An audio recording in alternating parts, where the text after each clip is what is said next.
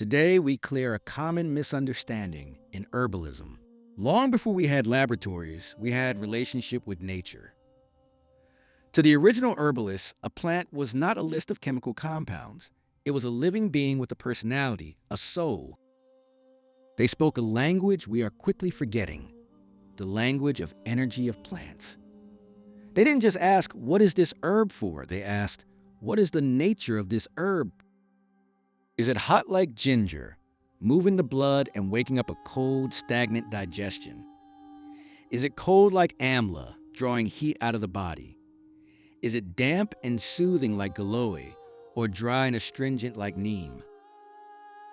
In true herbalism, the medicine must match the person's body type, not just the disease. If a patient has a dry cough, giving them a dry herb, even if that herb is good for coughs, will only make them worse.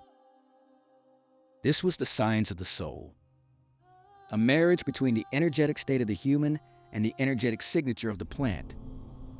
But today, that marriage is facing a silent divorce. As the world became industrial, we grew uncomfortable with the soul of the plant. We wanted to measure it, we wanted to control it, so we created the standardized extract. On the surface, this sounds like progress, it sounds like safety.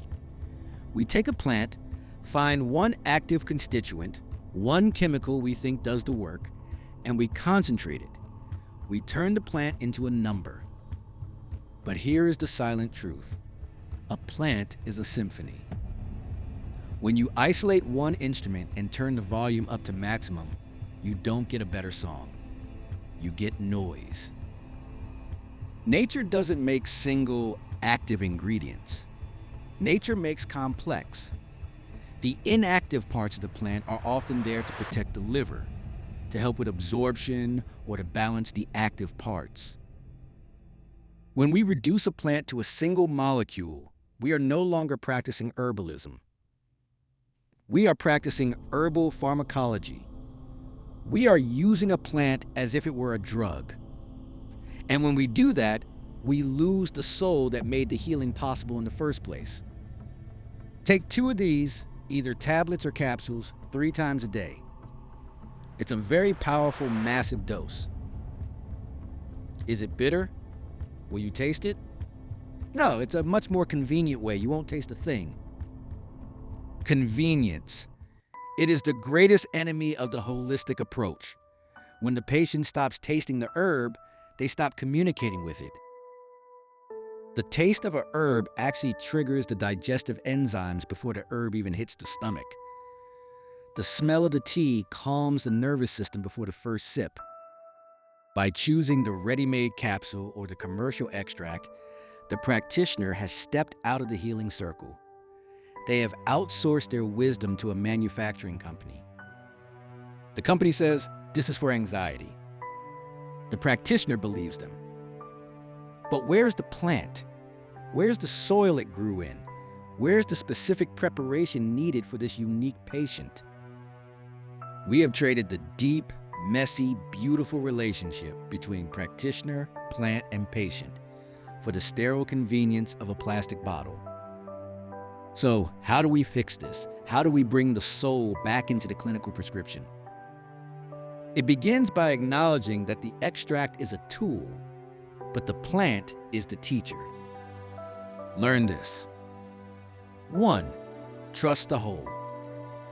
Whenever possible, choose whole plant preparations, delusions that capture the plant's full, vibrant essence.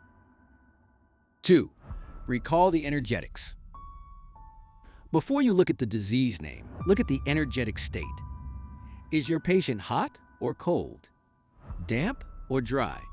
Match the herb to the person. 3. Restore the senses. Encourage your patients to, like when drinking tea, smell its aroma and savor its flavor. Help them reconnect with the earth they come from. The silent truth is that a plant is more than its chemistry. It is a biological frequency. When we respect the soul of the plant, we are not just treating a symptom, we are inviting the intelligence of nature to interact with the intelligence of the human body. Let us stop being distributors of products. Let us return to being listeners of the leaves. Only then does herbalism reclaim its real power. In our final episode of this series, we will look at how we can bridge this gap. How can we live in a modern world of products while keeping our feet firmly planted in the ancient truth? We bring the biggest truth between extracts and dilutions instead of tablets and capsules. Thanks for watching. Share, subscribe, and stay tuned for the next one.